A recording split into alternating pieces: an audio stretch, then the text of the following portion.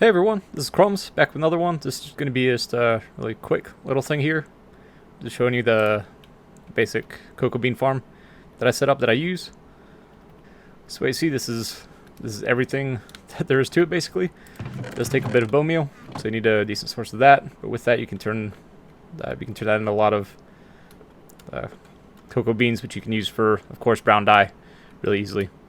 So you need 2 hopper chains feeding to the dispenser in order to keep up with the clock this quick. It'll of course be pointing upwards at where you place the cocoa beans, and you turn on the clock and it'll run. And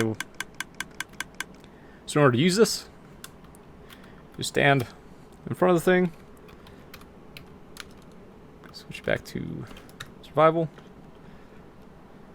flip the switch to let the clock run, and you just push up against it, and you hold right click and left click at the same time, and it'll grow these things all 3 stages. And so by the time you finish breaking the block just with your fist, it'll have grown all the way up to the final stage.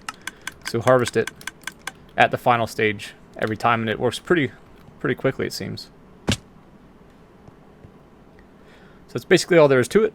One of the main things I do functionally is I add just a couple more blocks to it here, so that way the cocoa beans, when they break, they'll all stay stuck in that area, and then you'll pick them up just with the player standing here. So you empty out your inventory and let it fill up with cocoa beans, so it run for a while. I like using a simple clock like this, where this depowers and then this runs a loop with itself. It just kind of amuses me to use clocks like that, but the clock at about that speed is good enough. And this is just the basic setup here, and it really is that simple. So yeah, if you have a decent source of bone meal, this is what I use for a cocoa bean farm, and it gets me plenty of stuff. So just figure I'd throw it out there. Yeah. See y'all in the next one. Cheers.